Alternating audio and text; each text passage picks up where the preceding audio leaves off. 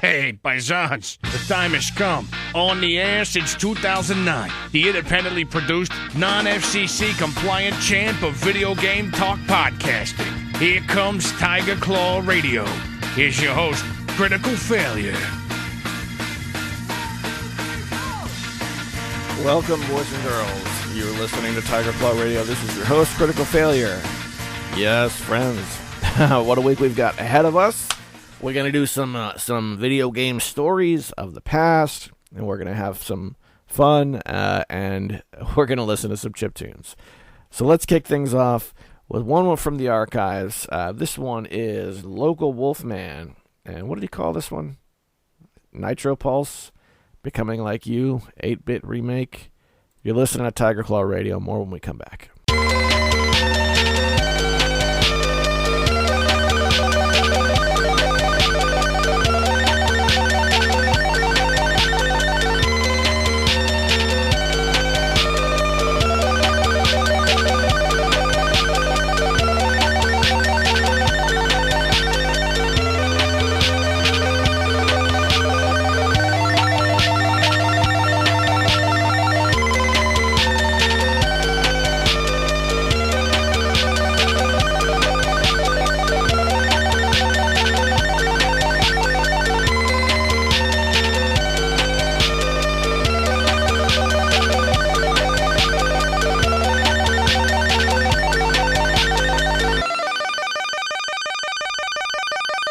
I got to get back to traditional chiptune. I was clicking around on Battle of the Bits earlier today, looking for stuff to play on the air. And so much of what goes on that site is not even close to chiptune. So, I mean, which is cool. I mean, there people are making interesting music and they're, having fun or whatever. So, but it's just so far from what I used to find on a site like that. So, I'll have to do some digging. I know that a cultural hub still exists somewhere. Maybe we'll go back to chipmusic.org and see if that place is still kicking. All right, so it's story time. Okay, it's story time, boys and girls. This is one Hamrock had the idea for. We were talking about how I wanted to hear, stories of childhood from Sean, because Sean's Sean, what is your nationality? My goodness. Hungarian/German. Hungarian, but grew up in Germany. He's from Europe. He's from Europe. So when he talks about when he's a kid, because he was born in '82, a little bit older than me, but right about the same age, it was a different world over there. So I appreciate those stories. So Hemrock says, "Hey man, you guys should both do it and make it a segment." All right. So I wrote a list of some of the memories that stuck out with me the most about video games and childhood, and I thought I'd go over them. And kind of sort of make it like a weekly segment for a while. All right. I'll tell you what. Let's run the list just to tease you. Finding a TV in my dad's workshop that was running Dragon Warrior 3 that was hidden. Playing Marble Madness with my buddy Albert on my dad's luggable before school. Pinball construction set with an entire box of floppy disks full of old pinball tables. Things that were on clearance that are now $1 million.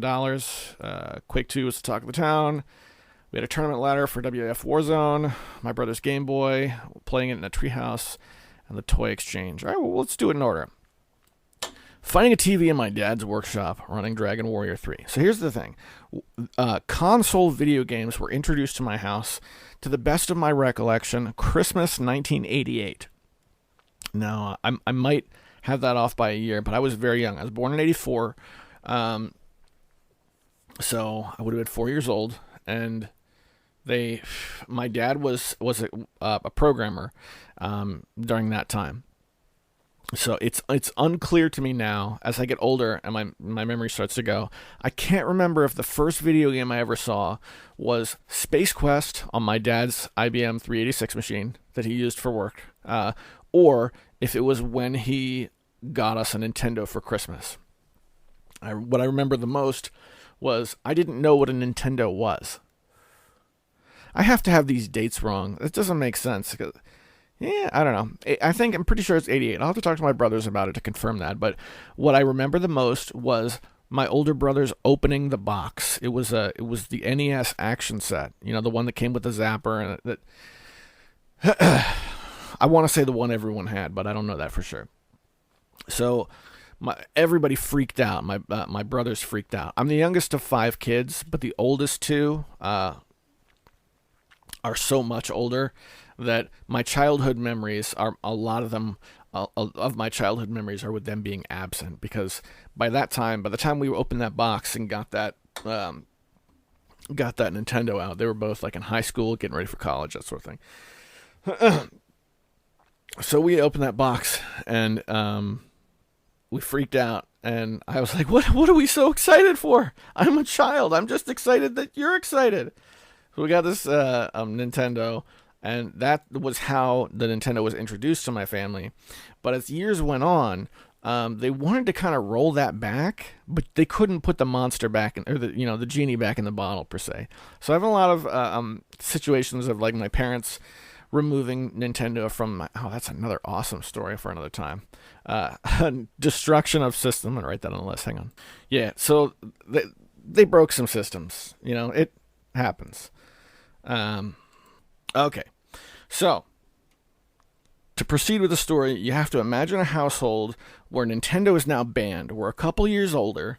I can't remember exactly how old I was at this point. I don't know how old I was, but Nintendos were banned.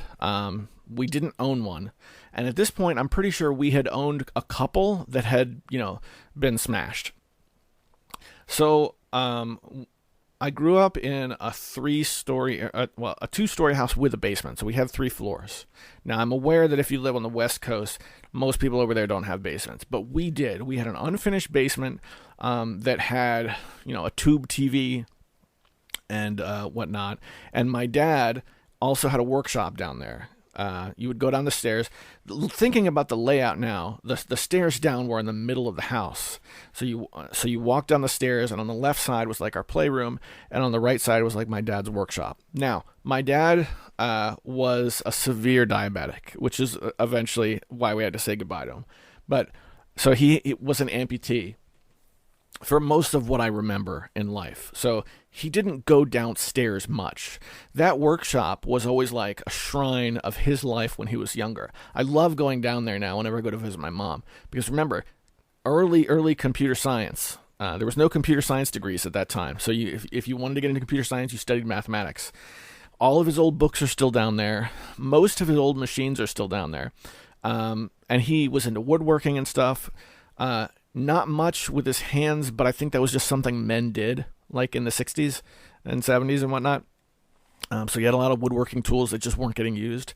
So while Nintendos were banned, my 2 older brothers, that is the 2 older brothers who were in this lower bracket of siblings, they somehow acquired an NES, and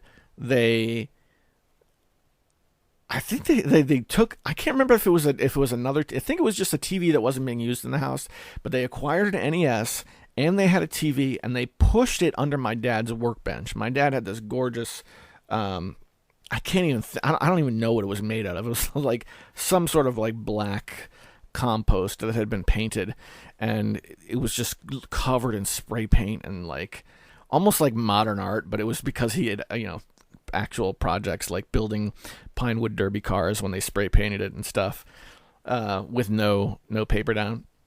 Underneath the bench, they had this TV and an NES. And I walked into this workshop with video games having been banned in my house, and I saw the middle 2 kids, right? My older brother, who you guys know as Defense, and then my other brother who, his name is Paul. I don't know what his online moniker is because he's not really into the internet. But so it's Paul and D, and they're playing Dragon Warrior 3. Now, mind you, at this moment in my life, never before had I ever seen what we now call a JRPG.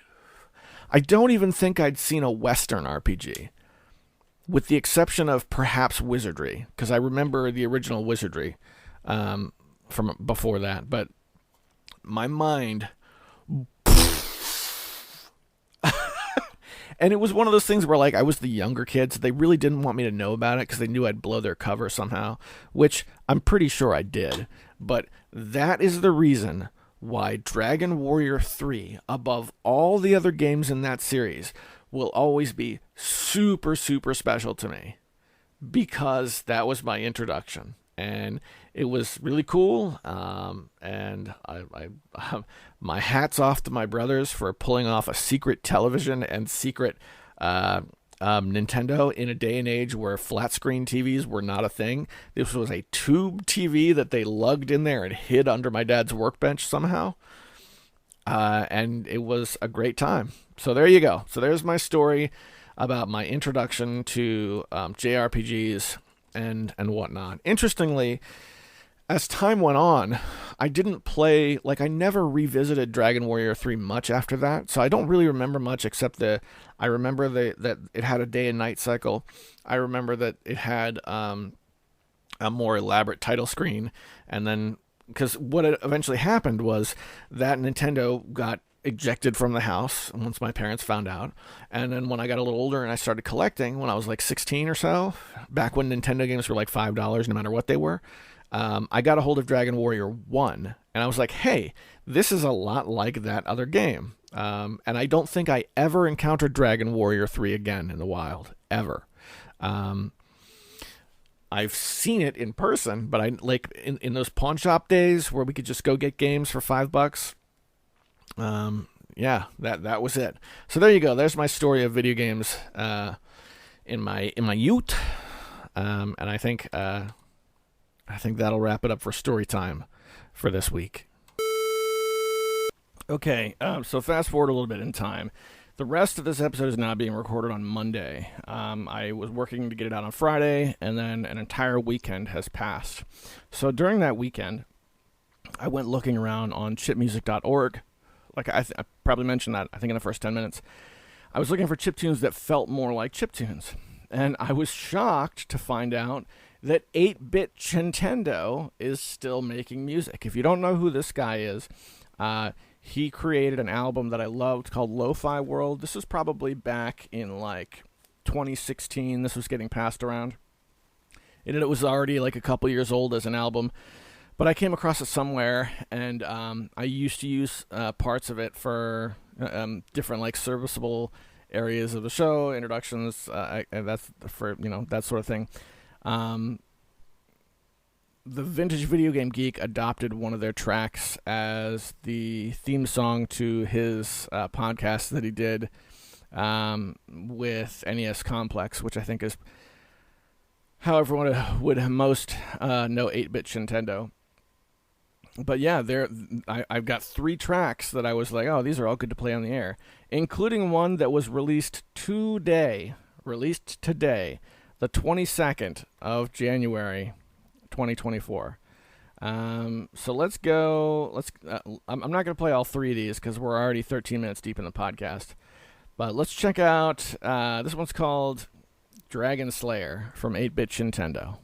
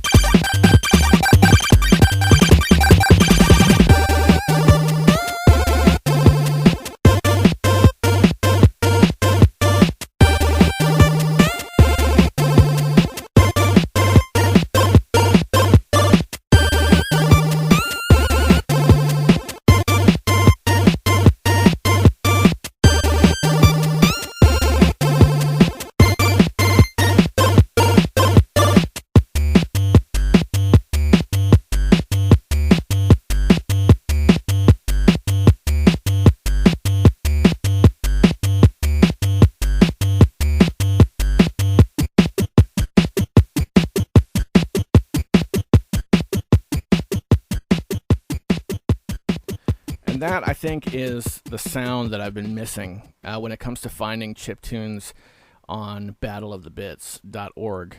That is a chip tune. And you can clearly hear the Konami expansion sound chip as clear as day. That Konami sound, how it sounded different from everything else, with the exception of Ultra Games, which is really just Konami under another name so that they could release more games in a single year. I can't say enough good things about it. It's awesome to hear actual chiptunes again. Now, to be fair, I know they still exist in some small form on Battle of the Bits. I just got to dig for them. And one of the things I found frustrating was I recently, I have a record player here in my office that hasn't been used in a while. And I made a push to get this thing up and running again. I had to buy a new preamp. The preamp came and it was terrible. It had a really tinny sound. So I discovered that for whatever reason I can't route the audio through my normal soundboard, which sucks because that means I can't make a podcast of all vinyl sourced music yet. But I got it hooked up to my stereo and I was going through some records and I bought a Battle of the Bits vinyl record. It's a 45. That's called a Winter Chip. Hang on a second. Let me get this thing out so I can get the artist correct. All right, here we go. I got a little pile of 45s that I've been running through. Victim Cash, River City Rebels, Battle of the Bits. Winter Chip 1. That's what it says. And it's a 45. There's 4 tracks on it. Baron Knoxbury, Drizzlebin, Rio from Robotics Walk Engine, which is a SID sound chip song, typically the ones I look for when it comes to Battle of the Bits. Rush Jet 1, one of the classics. I don't know what he named that track. Kurazazane. And then Strobe, Mecha Penguin Glitch. Everything about this record from the outside screams chiptune culture. Let's go. And when I played it, it was terrible. It was terrible. And I was concerned that perhaps I was growing out of chiptunes, and that's what was going on. But no, that's not the case. And 8-Bit Nintendo reminds me that's not the case. And they just all went for this really jazzy feel, but went over the top and just ended up sounding like a mess. And this is coming from somebody who really likes jazz. It's nothing. It's there is a standard on Battle of the Bits, and I think that standard is separate from what chiptunes used to be in the 8-Bit Collective era. And that old era, that's what I loved, and that's why I loved Hemrock's Top 40 so much. Because the time in which those tracks were coming out was when you could go and listen to whatever the top download of the last week was, and it would be a top-tier chiptune, as opposed to, something that didn't sound like chiptune at all, at least for the most part. So there you go. Rant on what modern chiptunes have become is over. We're 20 minutes in. I genuinely can't remember if I thanked the sponsors when I started recording this last Friday. So let's go ahead and do it. It's a Patreon-sponsored program, and I keep coming back because these people give of their resources to provide some value. So thank you guys so much. I appreciate it, and I really hope you're enjoying the party. As an old tradition, here on TCR, I read their names off in a hall of distinguished gentlemen. They are, in fact, EmeraldRangers.com. Excuse me. EmeraldRangers.com, Darabka, the Gaming Beast, and Tecmo Balls. Thank you guys so much. So let's have some fun with some video games. One of the things I used to do here on the air, I still do occasionally, is I'll go around and read just random posts on the internet as if they were letters written into the show. Just to be clear, they are not, but I'm reading them that way. It's what I did the first couple of episodes before I had any sort of mail-in segment. All right, so let's get started. Hey, CF, is the Horizon series a dead-end franchise? I certainly hope so. And that's all I'm going to say about that. Next, hey, CF, how's your foray into game development coming? Any updates? Well, I'm still working in Pico 8. I spent a couple hours last night developing tools in Pico 8, but I wouldn't say video games. It's more like role-playing tools and things like that. So not much I can show off, but last night I could feel a distinct jump in familiarity and comfort with programming. I was able to do some things really quickly that used to take me a really long time. So I'm thinking about ways I can turn that into video games. As far as Pico 8 is concerned, I haven't quite got there yet because of the limitations.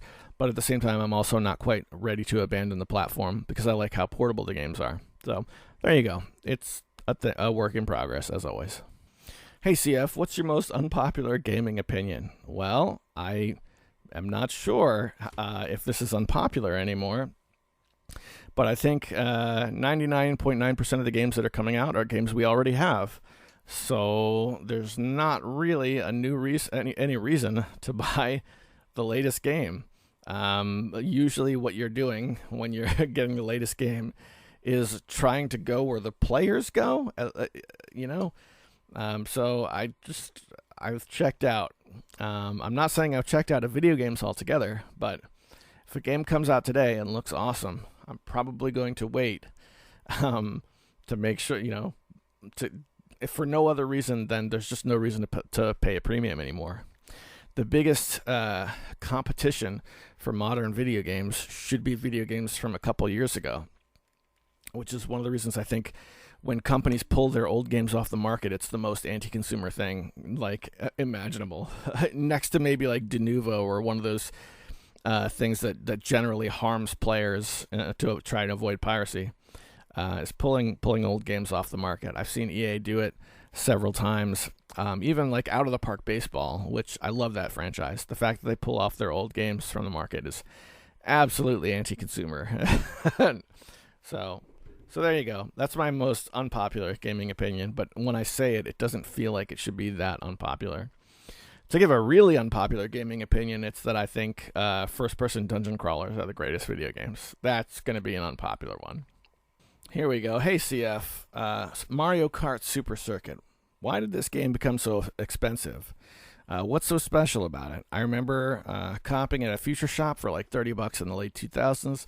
The game itself was fine, decent soundtrack, fast action, typical of any Mario Kart racer, good graphics, the predictable Nintendo quality.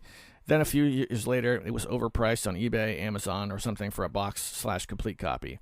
Why in Hades did this become so expensive? Just artificial fake value markup, typical of Nintendo products, or was there any sort of special reason that this particular Mario Kart on GBA became such a coveted item? Okay, so Mario Kart Super Circuit is special to me because when it comes to Mario Kart, I always loved the first one. And I never got on board with Mario Kart 64, and I never really got on board with the series after that. Now, at this point, that's a ridiculous stand to take because the Mario Kart series has been around for a really long time now, and there's a lot of games in that franchise, and it's done a lot of things. But one thing I want to point out that younger players might not remember, the amount of time between the original Super Mario Kart and Super Mario Kart 64, which was the second game, was a very long time. I'd have to look up what it is, but it was a lot of years, more than there would be in any typical franchise. So this game, the Game Boy Advance version, when this came out, it felt like the original again. It was something that I didn't think we'd ever see again, with the sort of flat, I guess you would say almost like Mode 7, but not really, sort of graphics. I never thought we were going to see that again. But this game had it. So to me, that's why it's special. Now, why it's monetarily special, I don't know, man. You never really can tell with those things. I got my copy. I've told this story many times in the air, but it's one of my favorite stories. I'll have to make a video about it on YouTube so I can just put it to rest. But I once found a Game Boy Advance on the street. It was in the gutter. I swear. It was a blue Game Boy Advance SP. And the game that was in it was Mario Kart Super Circuit. And I'm sure, because there was a high school nearby, I'm sure there was some kid who was probably high off his gourd and just dropped it and had no idea. I don't have that Game Boy anymore because I loaned it to somebody and it never came back. But I still have that game. So when it comes to how much I paid for it, the answer is nothing. But I don't have it in box, so I don't know. Some games, they just get really expensive, especially when they have Mario or Luigi Mario in them. The real question you should be asking is, why are people grading games? Do you know what I'm talking about? Where they take games and they send them to that company that puts them in a plastic plaque, never to be played again, and they get some sort of grade based on their condition. I think that's the dumbest thing in the world. It's already dumb when they do it for cards, but I kind of get it. But I don't know. I've always been from the school of thought where games are meant to be played. That's what their primary function is. And that belief dictates a lot of other beliefs around it. For example, I don't really have a problem with reproduction cartridges if the regular cartridge is not something that's available and the original developers aren't making money off of it anyway. I don't have a problem with. This is the reason why if a company, a small-time developer company makes a new Nintendo game now, if they're selling the ROM, I'll just buy the ROM. I don't really need to buy the collector's edition because I'm after the game itself. So when you have a game and you put it behind the plastic, it kind of violates a lot of that core value that other things, are built on for me. And on top of that, specifically on PS1, I look up Japanese PS1 games a lot on eBay. Every once in a while, I'll see a game that's graded, that's in that plastic, and it's on sale for auction. And it goes for very cheap. This happened recently with, let me look at my auctions. When it comes to Japanese games, you usually find JRPGs for very cheap because of the language gap. Now, there are ways to patch them. You can, especially if it's a CD-based game, you can rip the game onto an ISO, and you can apply a patch for some titles. I learned this from Hemrock. Hang on a second. So you would think that that gap is sort of going away. Hang on a second. eBay is making me jump through hoops to get logged in. I want to do this off the air because it's making it hard to talk. Okay, here we go. Yeah, I can't get into my own eBay account on my computer, and I know the password, which is a problem. So I am on my phone, so I'll have to change the password or whatever so that I can lock it down and make sure nothing weird's happening. But I recently ordered Final Fantasy 5 and 6 on Super Famicom. But that's not what I came in here to look at. I wanted to look at the stuff I had bid on that got away, because there were a couple of graded PlayStation games that ended up selling for remarkably cheap.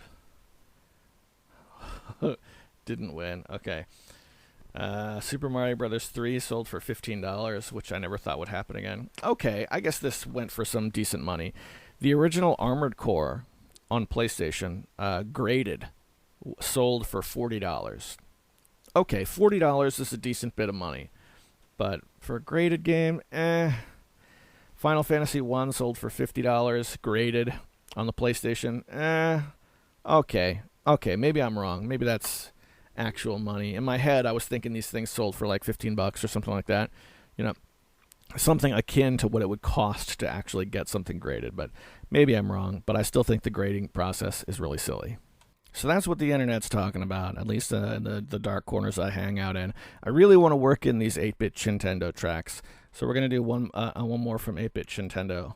Let me navigate back to my desktop. This is called Happy New Year 2024. From 8-bit Nintendo, you're listening to Tiger Claw Radio.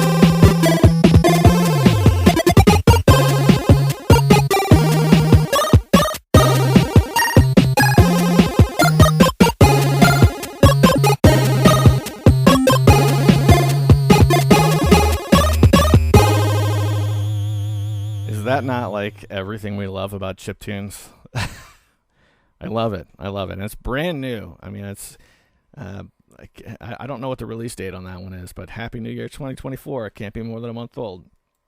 Anyway, so let's shift gears and let's take a look at some of the stuff people have actually sent in. Now, Tiger Claw Radio first airs on emeraldrangers.com. So I like to check there first when I remember. And their most recent article is, check out these great Deep Purple tribute albums from Australian musician Cameron Hans. That's from Cameron 1391.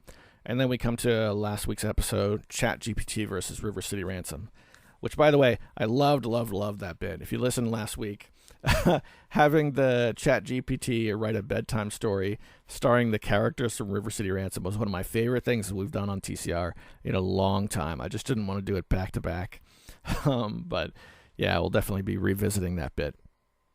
No comments there on the episode of TCR, but check out the latest episode of Beastcast if you haven't, which was aired on Emerald Rangers just before mine. So mine came out on the 16th, and there's this is Gaming Beast. His came out on the 15th. All right. So that said, let's shift gears and head to. I'm gonna do YouTube first because I know we've got some big stuff in the Discord. Hang on a second here. Every time I try and shift gears and look at YouTube, I get distracted and something happens. This is no exception. All right. So now we're going to give it a real try. I got my YouTube comments open. Here we go. Let's see. Ba-da-ba-ba. Ba-ba-ba. Mecha Menace. Right, it's at 11 minutes and 38 seconds. Am I correct in understanding that Pico 8 cannot ROM sizes that seem small but are actually too much for it to handle? If that's true, have you considered using compression? Because I have to wait 2 weeks to hear from you for my response on a TCR. Another solution would be a generative algorithm like a Rogue or Mystery Dungeon game. You didn't get into the technical details of save states and compatibility between older versions of the hardware. That would be useful info in devising a solution. An offhand solution would be a password. Again, the password would be generated depending on your player progress, stats, etc. Password's a good idea. That, very similar to the way old NES games did it. So let's talk about a couple of things. I'm not quite sure I understand the original question. They are very limited in what they can store. But here's the thing about Pico 8. The limitations of Pico 8, as far as what games can handle and how much you can put on them, they are self-imposed rather than technology-imposed, which is weird. It's a very weird set of restrictions. As far as saving, most of the methods used for playing Pico 8 games have some sort of state maintaining feature. Even the actual Pico 8, if you download a local Pico 8 game, right, and you play it, and you exit the game, if you come back in later, your spot's going to be there. It's different if you're developing a game that's constantly being updated, and then every time you update it, it loses that data. But that's directly on Pico 8. If you play it on RetroArch, of course, has its own save state functionality. The only method of playing Pico 8 games that does not seem to support some sort of saving state that I have come across is this particular app that I have on my phone called P8 Player. And basically, you open it up and you put in the URL for wherever on the internet your Pico 8 image, cartridge images, is stored, and it'll load it up, and there you go. That's how you play. So this is why I come across issues with save data when I'm testing, but they don't really happen in practical usage. Because what I like to do is I work on my game locally, and then I have a private Discord server that just consists of me, and I'll post that image on the Discord server, and then when I get back to my phone, I'll link that Discord server image to my P8 app, load it up, and then I can play it directly on my phone. And I do quite a lot with Pico 8 that way. I hope that answers your question. That's why I'm not super concerned about saving states. Now, I know there's additional things you can do, like the API has been updated to include some save state functionality that wasn't there previously. I know because there's a couple of games that do it. Specifically, there's a sliding puzzle game, like a math puzzle game, that uses it, that has like a constant high score. Not a high score board, mind you, but just that top number for high score. I see that save like in a way that other games don't. But it's a level of complexity that I'm not ready to touch right now. Right now, I'm still working on like some of the basic game design issues. For example, this afternoon I was working on like an RPG, like a CRPG battler type program. Very simple. You know, you have a little table for the player, and that table has a series of stats. You know, hit points, attack power, all those sorts of things. Basically, the OSR 6, you know, strength, dexterity, all those, but distilled down to whatever the actual modifiers would be based off of those. You have one for the player, and you have a separate one of the same stats for the monster. And then what you do is, when you launch the game, the monster stats, instead of having constants linked to them, like 8 hit points or whatever, they're dice rolls. So as soon as it launches, it's going to roll a dice for, you know, what the hit points are and things like that. Yeah, I worked on that some. But, like, I'm still working on... Before I work on, like, how some of those memory issues are handled, I'm still working on, like, alright, how can I get all these moving parts together in a coherent game? Like, I spent an hour working on trying to develop a table, like a console, right? So every time you performed an action in the battle, and there's only 4 actions: attack, defend, diplomacy, and run. There's no items in the game at this point. Anytime you did one of those actions, it would write a line to the console, and the console would only have 5 lines. So just imagine like a battle screen where when you hit attack, it would say like player attacks for X damage or whatever. And then the next time you did an action, that previous action would jump up to the next spot, and then once it was on the 5th spot, then it would leave the table and just be done. And I spent probably like an hour working on that, going back and forth with ChatGPT. I understand how tables work. If you you insert something into a table, it puts it in the 5th slot or the final slot. So you just make it so that when you insert something, you're also removing something. I don't know. I understand the basic concept, but I was not able to make it work. So you can see I've got other issues before I tackle some of those memory stuff. But I do appreciate it. And I read this, and I'd considered making just an independent video and communicating it with you that way, so you wouldn't have to wait 2 weeks. But I'm not quite sure I understood that first line, so that's why I didn't. Mecha Menace, thanks for writing in, brother. All right, let's jump over to Discord. There's a number of other comments on YouTube, but I think that was the only one that I could dig up that was directly commenting towards the podcast. Yeah, that is the case. All right, in Discord, we're going to go to the Tiger Claw Media server, which you should join if you haven't yet. We're going to go to the Failbag channel. How much of this has come in from the last week? Mention games for the Genesis in the heyday. Super late comment on okay, we read that last week. Derabka, glad you liked Final Fantasy V. I think the Geomancer is an underrated class. I recommend the Retron 5 for your living room. Great long comment, by the way. Retron 5 looks like a good pick. I've been considering that one myself. Thanks, man. Geomancer is about location.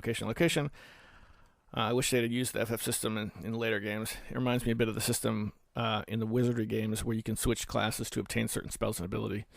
I'll probably play through it again, though. First time I beat it was back in college. Yeah, I've been thinking about a Retron 3 HD or a 5. Those are solid systems. I want to make it a dedicated MAME-cade in addition for arcade multiplayer for using my old PC, but I need to get it fixed first and get the other parts. Or maybe I just get one pre-built joystick with all the games on it. It's totally legit because it's Amazon. Yeah, right. And then Hemrock writes back, you might want to consider the Super Retro Trio HD as opposed to the Retron 3. Here's an in-depth comparison. And he posted a video of the two, and they look very similar. One is red, one is white. The video is 42 minutes. And I think he's mentioned this one before because I was considering the retro, the Hyperkin Retron 3 HD. But that is available on the Discord channel if you want to check it out. He also posted, Dorobka said, I don't know if this has been mentioned here in the podcast, but this looks like an interesting handheld. It's more of a novelty, but still. And he puts the Arduboy. And yeah, the Arduboy has definitely been talked about on the air. I think it was Mecha Menace who mentioned this first, and it's been a while. But for those of you who don't know, Arduboy is a little handheld that's a lot like the Thumby, but not quite as small. Wide open interface, or not interface, but architecture. So there's a lot of games for it, and you can develop freely, which is really cool. Especially right up my alley now because I'm into this amateur development that I'm really enjoying. And one of the things that stopped me from developing for the Thumby is the size of the screen just being uncomfortable to play, which is a pain because I'm pretty sure the Thumby programs are all written in Lua, which is what I use for Pico 8, so it would be like a really smooth transition, but the screen's just too small. Yeah, and I looked at this recently. One thing I would caution you though, the Wikipedia article that you pasted says the introductory price is $29 for the Arduboy and $54 for the Arduboy FX. That's baloney. Get ready to spend $100 if you want to get into this console. There is a micro Arduboy where it doesn't have a case. It's just a circuit board with the buttons on it, and that is $40. But Arduboy FX is about $100. Yeah, I don't know. I might get into it. The only thing that stopped me was that when I was into Anbernic for a while, I think it was one of the side on its side type architecture consoles had an Arduboy emulator on it, and I loaded it with Arduboy games, and they were terrible. But then it occurred to me later, the reason they were terrible is because the frame rate was really awful, and like the processing speed was really not great. And I was like, wait a second, wait. I don't have any way of knowing if that is the emulator being awful or if it's the Arduboy being awful. And the more I learn about it, the more I get the feeling that it's the emulator itself. And thus, if you got like good stuff, you might not have the same problem. So I'd considered making the jump. Not ready to drop $100 on something like that now, but I had considered it, and it looks like a fun little console. The only problem, it's the same issue with a lot of these other development things. That the reason I tend to go back to Pico 8 is because of the portability. If I make an Arduboy game, it can be played on the Arduboy, and also whatever terrible emulator I was playing on. So unless I'm gonna go, be Arduboy all the way and really get into that walled garden of tiny developers, then I don't know if I want to make the jump. There would have to be some sort of crazy game to get me into it otherwise. So I don't know. That's a no for me for now, but it does look really cool. Is that everything? Let's take a look here. All right, I'm just about out of time, but before we go, I really wanted to work in this last 8-bit Nintendo track, just because they're so awesome, and I'm worried that if I let even a single week go by, it'll get relegated to some folder on my desktop, never to be seen again. So we played Dragon Slayer, we played the Happy New Year one. This, rounding off this week's episode of TCR, is World of Wind and Fire. And with this, we're going to close out. Thank you for listening to Tiger Claw Radio. Take care of yourselves. I'll see you next week. Here's 8-Bit Nintendo.